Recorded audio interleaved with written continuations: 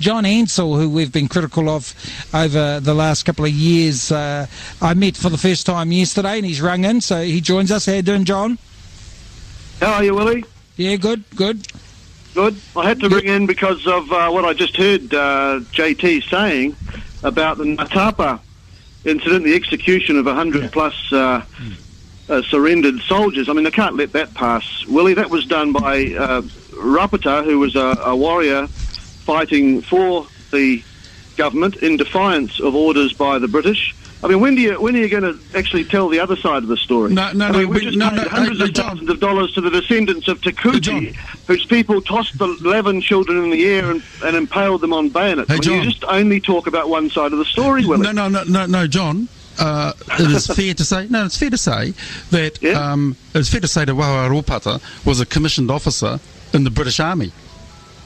Yes, but he was acting out of his own personal grievance. Well, no, that's your story, and that's good on you. You should at least tell people. You should at least tell people the truth. Okay, that was the Maori chief who did that. John. The truth is, he's a commissioned officer in the British Army. He's under instruction from the British officers involved in that battle as well, and he carries out those instructions. Well, what happened to him, John? Did he get rewarded for it?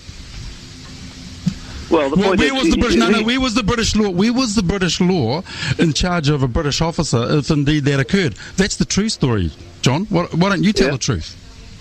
Well, why don't you tell the truth? But tell the truth. Nothing happened.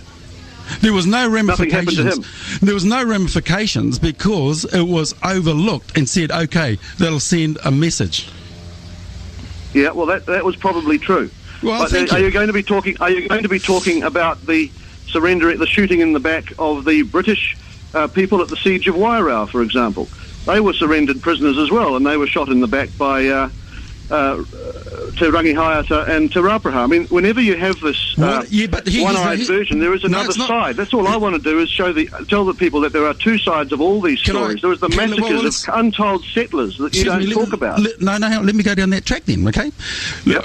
If you're just talking about numbers, on the scale of numbers killed or dying out of the scorched earth policies, well, obviously more Māori died, full stop. Second issue, the issue that you've raised about Te Rauparaha, who do you think was running the country at the time that Te Rauparaha was on the run? Well, that was after the colonisation, wasn't it? That's right. The British government. 1843. Hang on. The British government. So what the British government did is allowed by consent, divide and rule, and allowed certain Māori to get up to mischief under their gun licences. And so, whilst there's two sides to every story, I'm now just giving some more colour to the allegations you're making. It's the British fault for Te Rauparaha doing that. No, massively overreacting to the It's the British. Hey, quite clearly, they didn't actually go after him. They used Te Rauparaha on a number of occasions to make war and wage on others, and that's a fact. Where did they ever bring him to task? Oh, well, they didn't. That's the problem. They tried to later on. Oh, John, it's your law. They were under your total control, and then you've got the cheek to come on the radio and say that we're telling porkies. Hang on, so it's all the fault of the British. Whenever the Maori do something, it's the fault of the British because they were running the country. That's what you're saying. I'm just trying to say to you, other listeners can draw their own conclusions. All I'm putting on the table is the information. Hey, that's right. Now, John, you're giving a bit of a... You're distorting the information with every turn. No. John, there's no problem to have the debate. Right, there's no problem to have the debate. You're saying Māori committed atrocities. We're not denying that. JT is giving you some context to it. Are you refusing to accept the context? In terms of. Well, I'm giving you some context as well. No, that's right, and that's what. Why are we paying off the descendants of Te Rauparaha $10 million for the loss of their maritime empire, supposedly, which means the ability to paddle across Cook Strait and butcher and eat Ngāi Tahu? I mean, this is a guy who slit open a pregnant woman and roasted the fetus on a stick. Yet there's a stadium in his honour in Pororua. I mean, as far as I know, there's not a Pol Pot ping pong palace in Phnom Penh. There's not an Adolf Hitler Memorial Synagogue in Auschwitz, but we've got a Te Rauparaha stadium. There's roads. Are you finished? Yeah. So, yeah. So what happens is when in any campaign by the British over this era, they used divide and rule, and they used certain, as they did in India, as they did in Africa, and as they did in New Zealand. They used different groups to go in and do their work, subjugate other groups, and then they subjugated themselves. And so it's not.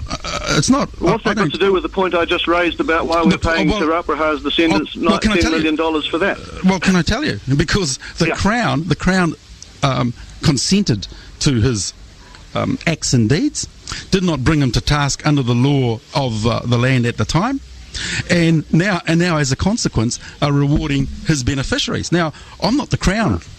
I'm just telling you that the Crown used Te Rauparaha to assert its mana. End of story. I don't for one minute by never bringing him to task. Just as I indicated to you before, there are streets named in this country from Cameron to Mayor to you name it, to people that butchered Māori children too. So tell me about that. When was that? When was that? Well, read the Taranaki claim. What did Tariana talk about? I've heard about a Holocaust in Taranaki. There was no Holocaust by the British in Taranaki. You know, look, war is war. You know this, right? Atrocities are committed on both sides during war. We all know this. But are you show us some evidence. Show us some evidence of systematic atrocities by the British in Taranaki. I can tell you some. From the Maori side, the Gaskell family, the Wilson family, the Gilfillan family, cruelly butchered for doing nothing but minding their own business and their own farms. We're supposed to pay the Taranaki tribes. They weren't minding their own business on their own farms. They weren't. Yeah, but once again, a British captain took that mob across to do the dirty work so they could actually try and take over the whole island. Oh, so it's the British fault for supplying the ship. It was hijacked anyway, wasn't it? No. But anyway, you're saying that because there was a British captain on the ship that they took over to the Chatham Islands, it was the fault of the British that the Maori butchered and just about annihilated the Taranaki Maori, the Moriori. That's what you're saying, is it?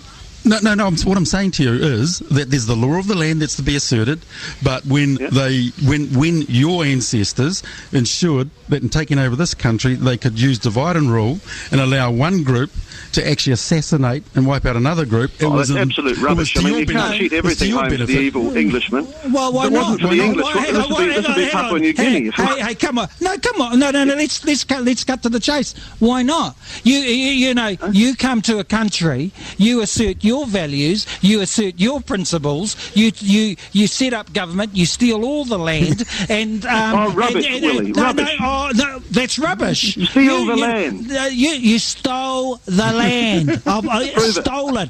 It was through the Māori land. No, look, that's the history, John. They rebelled. Apirananata himself, who's a much greater Maori leader than anyone today, admitted that he was quite happy to tell the truth and say that the Maori signed the treaty. They rebelled against the treaty. They were warned. They had their lands confiscated. Look, if Maori had won the battle, they would have confiscated a lot more than land, mate, wouldn't they? It would have been bodies galore. The British had a law. They obeyed their law. I'm not saying they were lily white, but to say that it's all one way is just ridiculous. No, it's not ridiculous. It's not ridiculous because if it was... Now, I'll put this to you. We're not going to agree on this. It's not ridiculous because there's a concession. No, you can laugh, but your top lawyers, all right, you were part of the crew who I hope you don't mean Dame Bias Elias. No, but you're part of the whole Acton National Party setup. What I'm saying is... nothing to do with the Acton National Parties, Willie. I'm a private citizen. No, well, that's because they kicked you out. But, you know, you've been... I didn't kick me out anyway. You're telling lies again. But the reality... I left of my own accord on matter of principle. They kicked you out because you went too far. Well, look, stop. You think you can tell lies about me? I'll have to tell the truth about you, won't I? Yeah. Well, we're happily any time to debate, John. I told you that yesterday. Yeah, good. And what I'm saying to you is that it's your government, it's the top Pākehā and European lawyers and governments have recognised the atrocities that happened in those previous times, and you should just accept that. Well, they haven't recognised the ones done to the settlers. These are grade A appeasers we're talking about, not typical. Hey, look, if I was Te Rauparaha in those days, I would have done exactly the same thing. Okay?